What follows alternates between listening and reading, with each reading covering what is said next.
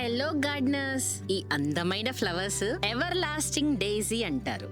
అలాగే straw flower అని కూడా పిలుస్తారు. ఈ ఫ్లవర్ లో చాలా కలర్స్ ఉన్నాయండి. అఫ్ కోర్స్ మన దగ్గరే చాలా కలర్స్ ఉన్నాయి. పాత వీడియోస్ చూస్తే మీకు తెలుస్తుంది. అండ్ ఈ పువ్వు ప్రత్యేకత ఏంటో గుర్తుందా? ఇవి ఎవర్ లాస్టింగ్ ఫ్లవర్ అని ఎందుకంటారు? ఎప్పటికీ అలా ఎవర్ గ్రీన్ లాగా ఉంటాయి. అంటే మొగ్గ పూసింది మొదలు మొగ్గ ఎండిపోయినాక కూడా సేమ్ ఫీలింగ్ తో ఉంటాయి. అంటే దాన్ని టచ్ చేస్తే కిరకిరకిరకిర సౌండ్ వస్తుంది.